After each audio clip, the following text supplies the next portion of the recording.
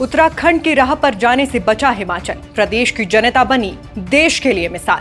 60 सालों में 3% घटी हिमाचल में हिंदू आबादी और बीते 4 सालों में बनी 127 नई मस्जिदें। 2 हफ्तों का जन जागरण और 6 मस्जिदों पर उठे सवाल, कौन पैदा कर रहा है जनसंख्या में असंतुलन। यथा राजा तथा प्रजा, अर्थात किसी राज्य के लोगों का चरित्र वहां के राजा के समान होगा। मिथिला के राजा थे जनक। कई सालों से उनके राज्य में बारिश नहीं हुई थी।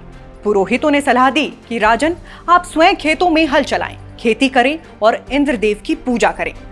राजा जनक ने बैशाख महीने में शुक्ल पक्ष की नवमी को खेत में हल चलाया। हल की नोक से एक कलश टकराया जिसमें एक कन्या थी, जिसका नाम उन्होंने सीता रखा, जो बाद में विष्णु अवतार श्री रामचंद्र की पत्नी बनी। और एक हमारा हिमाचल प्रदेश है, जहां साक्षात महादेव निवास करते हैं। माता सती कई रूपों में वास करती हैं। मगर फिर ऐसा क्या हुआ कि हिमाचल में सनातनियों की संख्या घटने लगी।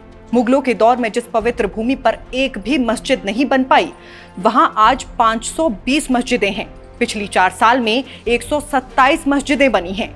हिमाचल में आबादी के बिगड़ते संतुलन के लिए आखिर कौन जिम्मेदार है? इस सवाल का जवाब आपको इसी वीडियो में मिलेगा, इसलिए इसे अंत तक देखिए और हमारे चैनल को सब्सक्राइब जरूर करें। सबसे पहले हिमाचल की देवतुल्य जनता को प्रणाम करना चाहूंगी, जिन्होंने सनातन के रक्षार्थ अपनी आवाज को बुलंद किया। लाठियां खाई, पानी की बौछारों से भीगे, मगर आंदोलन रुका नहीं। संजौली मस्जिद विवाद से शुरू हुए जन जागरण अभियान के 2 ही हफ्तों में हिमाचल की जमीन पर बनी 6 मस्जिदों के अवैध होने की बात सामने आई है। सुमटी, कुल्लू, मंडी, सुन्नी और बिलासपुर के घुमारवी में भी अवैध मस्जिद होने का दावा है। चौंकाने वाला एक ये फैक्ट भी है कि हमारे हिमाचल में कोरोना काल शुरू होने से पहले 393 मस्जिदें थी, मगर अब इनका आंकड़ा 520 हो गया है। यानी बीते 4 से 5 सालों के भीतर 127 नई मस्जिदों को यहाँ देवभूमि में तामीर किया जा चुका है। साथ ही गौर करने वाली बात यह भी है कि कोविड के बाद से लेकर अभी तक दोनों प्रमुख पार्टियों की सरकार हिमाचल में रही है।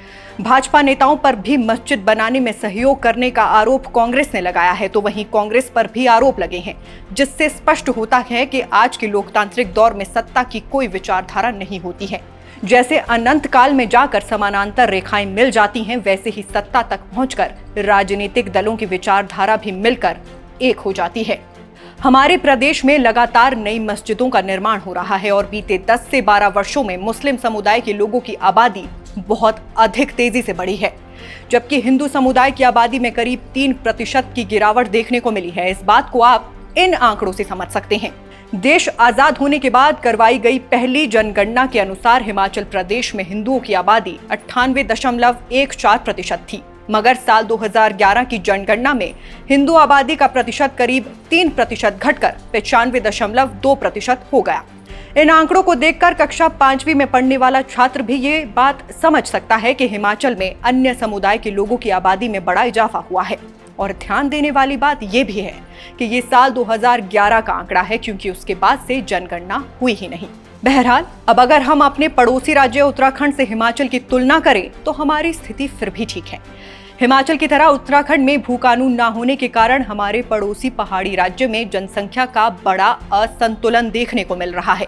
उत्तराखंड के 4 मैदानी जिलों हरिद्वार, उधम सिंह नगर, नैनीताल और देहरादून में मुस्लिम आबादी तेजी से बढ़ी है, जिस कारण से वहां के लोग हिमाचल की ही तरह भू कानून बनाने की लगातार मांग कर रहे हैं। मगर अब राहत की बात यह है कि हमारे हिमाचल के लोगों ने जन जागरण करके अपने पड़ोसी राज्य के सामने एक ऐसी नजीर पेश कर दी है, जिससे अब वो भी सीख सकेंगे कि किस तरह से हम अपने घर को सुरक्षित रख सकते हैं।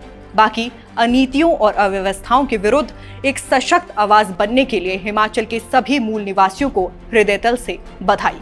वीडियो पसंद आई हो तो हमारे चैनल को सब्सक्राइब और फॉलो जरूर कीजिएगा। अभी के लिए बस इतना ही। नमस्कार।